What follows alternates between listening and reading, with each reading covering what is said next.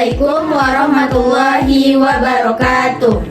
Perkenalkan, kami dari mahasiswi Universitas Muhammadiyah Riau, Prodi Sistem Informasi, Fakultas Ilmu Komputer. Sebelumnya, izinkan saya dan rekan-rekan saya memperkenalkan diri. Saya Nindi Angelika. Saya Tira Abdelia. Saya Amelia Zahra. Kami dari kelompok 6. Di sini kami bertujuan untuk memenuhi tugas akhir mata kuliah Al-Islam dan Kemuhammadiyahan. Narasumber kami kali ini Nenek Mama dari Desa Kubang Jaya. Berikut video kami. Menurut Paman, apakah ada ritual atau tradisi khusus yang dilakukan saat pernikahan di daerah ini? Jadi kalau untuk khusus kita di daerah Kubang ini, itu kan kalau masalah adat dan istiadat itu memang ada beberapa macam. Terutama di Kubang daerah kita itu ada yang namanya dari persukuan, itu ada persukuan pilihan, ada persukuan Melayu, ada persukuan Domo, dan ada persukuan Tenyago. Nah, kalau khusus kita yang orang pilihan itu, kalau masalah ritual adat suku pilihan, memang itu untuk saat ini ada sebagian masyarakat kita itu yang melaksanakan, tapi ada juga sebagian yang tidak melaksanakan, karena mungkin itu udah ada pengaruh dari modernisasi sekarang gitu kan.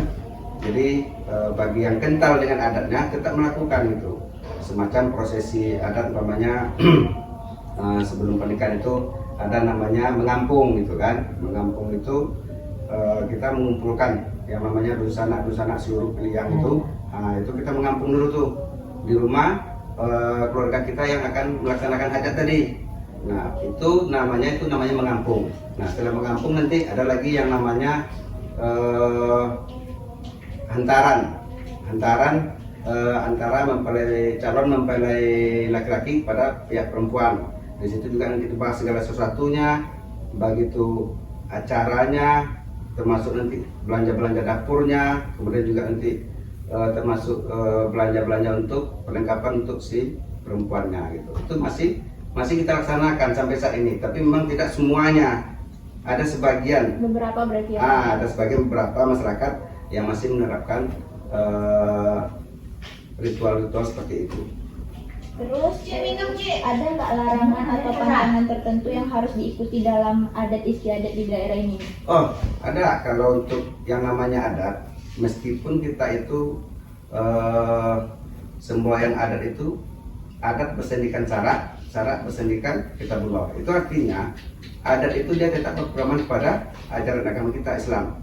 Apa? Yaitu Alkitab, Al-Quran. Jadi memang ada beberapa hal yang menjadi larangan. Contoh nih, kita ambil dari segi pernikahan.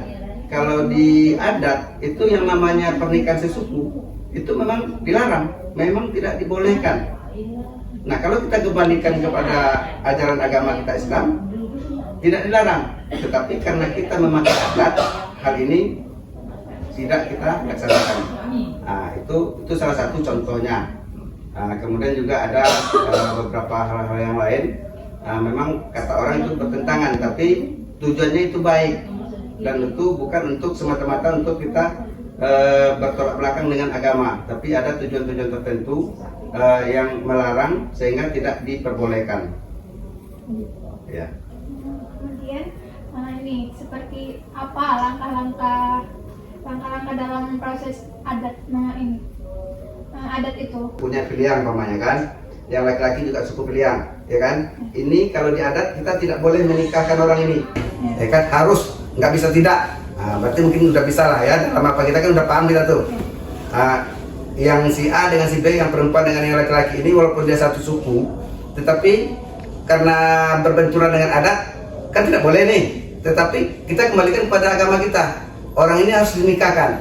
Jadi adat tetap mencarikan solusinya supaya orang ini tetap bisa menikah. Caranya yang laki-laki itu harus pindah suku dia. Kalau dia umpamanya sukunya pilihan, dia harus mencari nenek mama suku lain selain dari suku pilihan. Otomatis kalau dia sudah mendapatkan suku nenek mama suku lain, otomatis dia tidak memakai suku pilihan lagi. Berarti dia nenek mama atau suku yang lainnya. Barulah kita melakukan atau memberikan izin untuk mereka menikah. Berarti harus pindah dulu. Harus pindah dulu sukunya. Kalau dia masih sesuku juga, dia istilahnya ngotot mau menikah, kami selaku pemangku adat di Desa Kubang Jaya itu akan menjatuhkan sanksi. Sanksinya mungkin harus bayar denda, bisa jadi yang paling terburuk diusir Dari kampung itu. dari kampung kita ini. Terus sejak kapan adat tersebut dilaksanakan? Terus mengapa adat tersebut harus dilakukan? Oke. Kalau kita bicara masalah sejak kapan ya adat itu tentu kita akan mundur jauh ke belakang. Itu kembali mungkin sejadi kembali zaman prasejarahnya gitu kan. Nah, sementara kita sekarang ini seperti kami lah, umpamanya kan itu turun temurun. Jadi kalau angka pastinya tentu kita tidak bisa mengatakan begitu. Tapi kalau yang jelas, yang namanya adat istiadat itu, yang pasti dia sudah ada sebelum adanya Indonesia. Berarti kan udah lama tuh. Indonesia adanya tahun 1945. Sementara adat itu jauh sebelumnya sudah ada. Nah, terus apa lagi tadi? Mengapa harus ada? Ya. Kalau mengapa harus ada adat, kita kembali gini. Kalau memang istilahnya adat itu muncul sebelum masuknya agama kita, nah orang-orang yang ada di masyarakat itu tentu dia punya peraturan tersendiri. Seperti negara dia punya peraturan tersendiri, ya kan? Nah, daerah juga punya peraturan sendiri. Nah, begitu juga dengan daerah, dia harus punya peraturan tersendiri. Kembali kita kepada zaman dahulu, sistem kerajaan. Sistem kerajaan itu dia punya peraturan sendiri. Nah, sama dengan adat. Adat ini juga dia punya peraturan sendiri.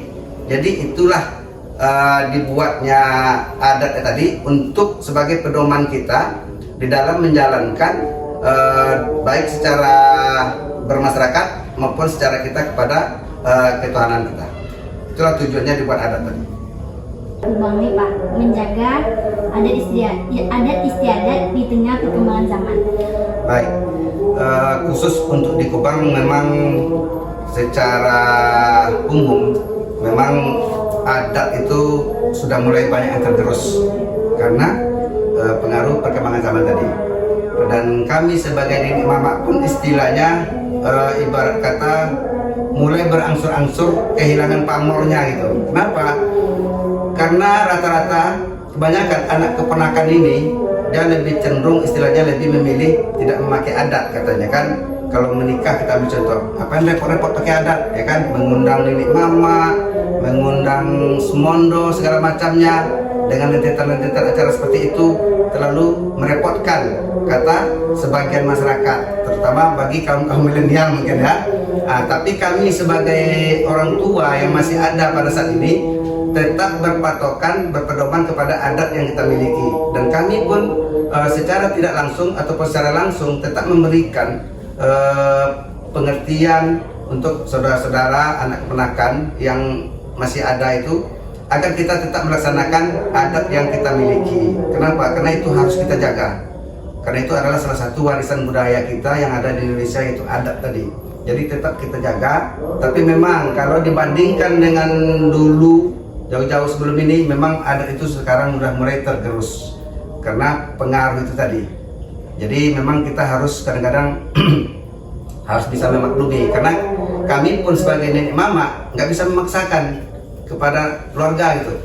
Kamu harus begini, kamu harus begini, nggak bisa. Paling kita hanya bisa menyampaikan, hanya bisa memberi pemahaman, pengertian. Kalau diikuti, oke. Kalau enggak, ya silakan. Jadi umpamanya sekarang nih kita mau menerapkan adat, dia mau menikah nih, umpamanya kan, nanti kita sampaikan, begini, mau pakai adat atau enggak, oke kalau nggak pakai adat. Tapi istilahnya kita sebagai nenek mama bisa ngasih ultimatum. Paman sekarang nih ada nih makcik kami nih, dia punya anak perempuan nih, umpamanya kayak ini siapa? Dia keponakan kami nih, orang Beliang. Kalau dia nggak mau nurut apa yang kami sampaikan, suatu saat dia butuh tanda tangan nenek mama mau menikah. Karena di Desa Kubang itu memang diterapkan, setiap warga yang mau menikah itu harus mendapatkan tanda tangan nenek mama, tanda tangan persetujuan. Kalau tidak ada tanda tangan persetujuan, maka dia tidak akan bisa diterbitkan NA-nya. Nah, jadi jalan satu-satunya ultimatumnya itu tadi. Oke, silakan, gitu kan?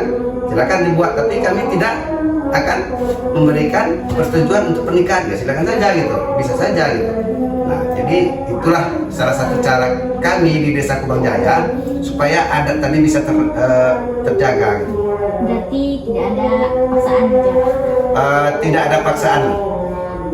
Memang kesadaran yang dibutuhkan pada semua anak menakan. Gitu. Apakah adat ini memiliki kaitan dengan kepercayaan tertentu atau hanya tradisi budaya? Kalau masalah adat, sebetulnya kita tidak bisa mengatakan adat ini ada keterkaitan dengan agama tertentu gitu ya. Kalau khusus untuk kita orang yang di Sumatera, baik itu yang ada di Sumatera Barat, baik yang ada di Riau, secara otomatis adat yang mereka pegang, adat yang mereka laksanakan itu memang dia berkolaborasi dengan agama yang dia anut. Contoh, belum ada yang namanya adat Minang itu dia latar belakangnya atau basicnya itu agama Kristen atau Nasrani. Tidak ada, pasti agamanya Islam. Termasuk kita orang Melayu. Orang Melayu, adat yang dipakai adat Melayu, agamanya juga orang Islam. Adat Batak, ya kan? Adat Batak seperti pemain di daerah Medan, ya kan? Adat yang ada Minahasa atau apa semacamnya. Agamanya apa? Pasti Kristen. Jadi seperti itu. Tapi kecuali dia di Mandailing mungkin kebanyakan Islam. Betul. Termasuk salah satu Mandailing itu di bawah naungan suku Piliang. Suku Piliang ini 3 suku yang diayomi. Satu Piliang itu sendiri, yang kedua Pitopang, yang ketiga Mandailing. Semuanya pada umumnya beragama Islam, terkecuali dia pindah agama. Itulah lagi kita akan membahasnya secara umum, secara universalnya itu tetap beragama Islam. Seperti itu ya. Jadi adat dan agama tadi makanya sesuai dengan semboyannya. Adat bersendikan syarat bersendikan kita berdoa. Secara otomatis adat pasti sejalan dengan agama yang dia anut. Dari penjelasan video tadi, kami dapat menyimpulkan